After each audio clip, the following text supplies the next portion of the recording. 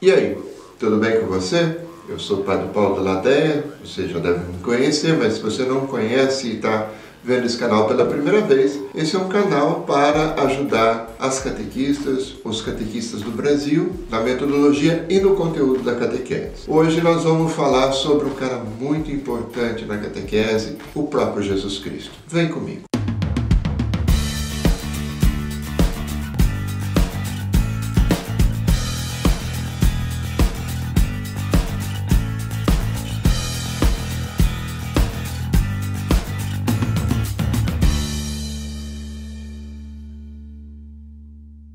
Eu queria lembrar você que você se inscrever no canal, assinar o sininho de notificação e dar o seu like, vai nos ajudar muito a crescer e a melhorar a catequese do Brasil. Então faz esse favor para mim, por favor, dê o seu like no vídeo se você gostar e ajude a compartilhar. Hoje estamos falando sobre Jesus Cristo e vamos definir algumas coisas para a gente não deixar dúvidas, tá? Então, quando a gente fala sobre Jesus Cristo e sobre catequese, nós não vamos fazer aqui fontes históricas, porque também não interessa. Aula de história para o professor de história, na faculdade ou no colégio, e tem lá os seus problemas de fontes, de datação e tudo tal. Nós estamos falando de testemunho sobre Jesus Cristo. A catequese é um testemunho sobre Jesus. Uma pessoa importante, historicamente importante, datada historicamente, com uma cultura própria, mas alguém que é muito mais do que uma pessoa importante. Nós estamos falando do nosso Salvador. E quando nós falamos do Salvador,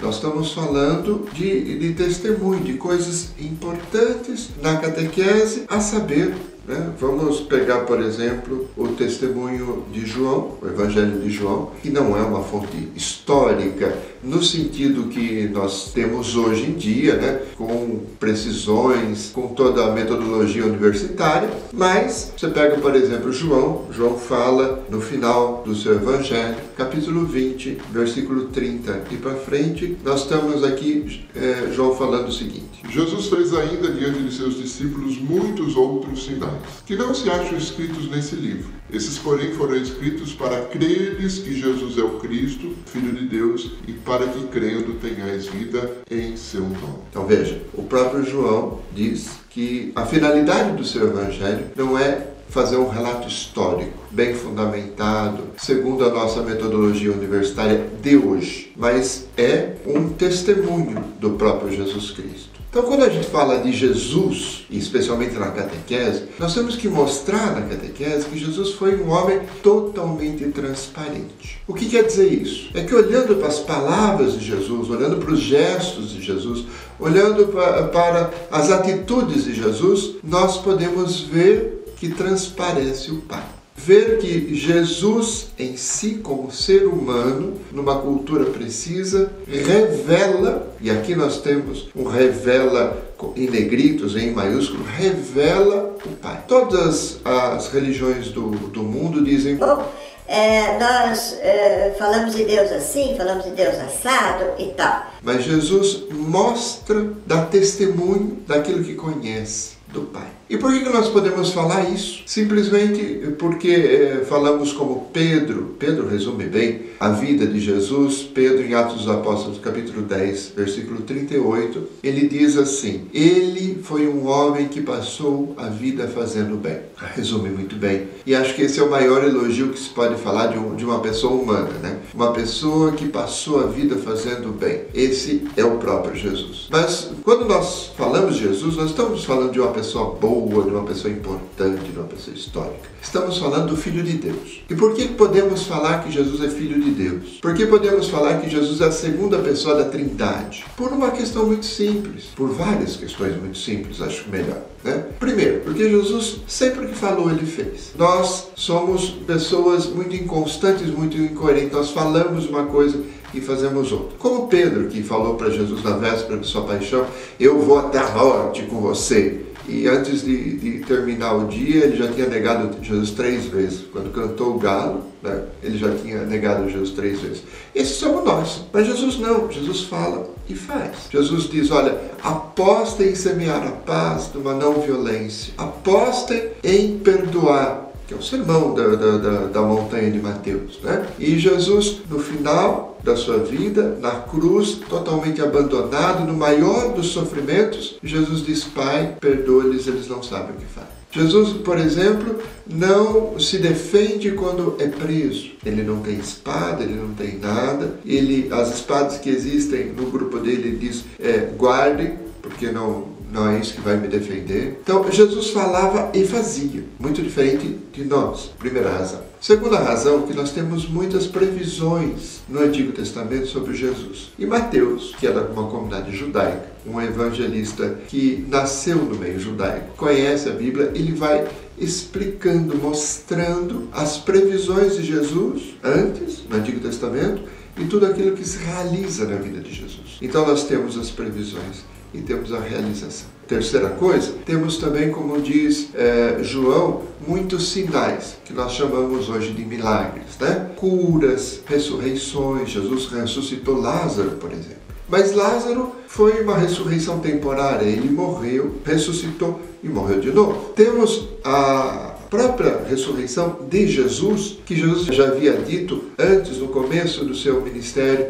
eu vou para Jerusalém para sofrer, para ser crucificado, para morrer, para doar minha vida, para morrer, para doar minha vida, mas eu tenho o poder de retomá-la. Então, Jesus falou e fez. Jesus deu a sua vida na cruz e retomou a sua vida na ressurreição. Ou, como dizem alguns teólogos, a ressurreição é a resposta da pergunta de Jesus: meu Deus, por que me abandonaste? É Deus falando para Jesus: eu não te abandonei, toma sua vida de volta, você fez tudo como devia ter feito. Quando nós olhamos essas coisas, nós vemos que Jesus é muito mais do que uma pessoa histórica. Quando nós vemos, por exemplo, Jesus pregar em Lucas 15, Jesus pregar as parábolas da misericórdia, nós percebemos que Deus é misericórdia, que Deus é assim, é o Pai que recebe o seu filho e que foi ingrato, que passou muito tempo longe, mas recebe e abraça o seu filho. É como uma mulher que está desesperada porque perdeu a sua moeda mais preciosa, o que tinha de mais precioso, e ela vai e procura tudo. Deus é assim. Deus, quando perde um dos seus filhos, ele faz tudo para retomar, para ter de volta, porque ele ama, porque é o que tem de mais precioso. Quando ele fala, por exemplo, do pastor que vai atrás das ovelhas, assim é o relacionamento de Deus com os seus filhos. Ele vai atrás dos seus filhos, ele não deixa os seus filhos sozinhos, solitários. Então, nós olhamos para Jesus e nós vemos um homem totalmente transparente, um homem importante, um homem que faz sinais, mas um homem que revela o Pai e que, sobretudo, que ressuscitou. Então, a ressurreição é a prova entre aspas, porque nós estamos falando aqui no sentido histórico acadêmico, mas é aquilo que dá para nós a certeza de que Jesus é o Filho de Deus. Então nós temos o fato principal quando a gente fala de Jesus é a sua ressurreição, não é a cruz. Porque muita gente na época de Jesus foi crucificado. Os romanos faziam cruzes em linha. Eles colocavam já os postos todos prontos e iam crucificando as pessoas. O pessoal trazia a trave, ele colocava e ia crucificando. Ele crucificava de 10, 20, 50, 100 pessoas. Então Jesus é mais um crucificado da época dos romanos, com a diferença de que Jesus é o único que ressuscita. Então esse é o fato principal que você tem que trabalhar na sua catequese. A ressurreição. Os evangelhos da ressurreição. As previsões sobre a ressurreição. Isso é o principal. Isso foi o que deu as primeiras pregações, inclusive. Bom, depois disso vem a paixão e a morte de Jesus. A paixão e morte de Jesus é importante para saber que Jesus disse e fez. E aí vem o terceiro fato mais importante, que é a pregação, os ensinamentos de Jesus. A paixão e morte de Jesus estão em coerência com os seus ensinamentos. Perfeitamente coerente, perfeitamente alinhado. Bom, e por último temos a infância de Jesus. A infância de Jesus é escrito bem no final e é escrito já com poucos detalhes, com poucas coisas e tal. Se dá grande destaque à pregação. Então, por favor, se você é catequista, faça esse esquema. Trabalhe bem a ressurreição, trabalhe bem a paixão e morte de Jesus, depois trabalhe a pregação dos ensinamentos, que são muito importantes também, a vida pública de Jesus, e só no final alguma coisa sobre a infância. Especialmente se você trabalha com adolescentes e adultos, esse foco da ressurreição para trás é bastante importante. Então não se esqueça disso. É isso. Obrigado. Até mais.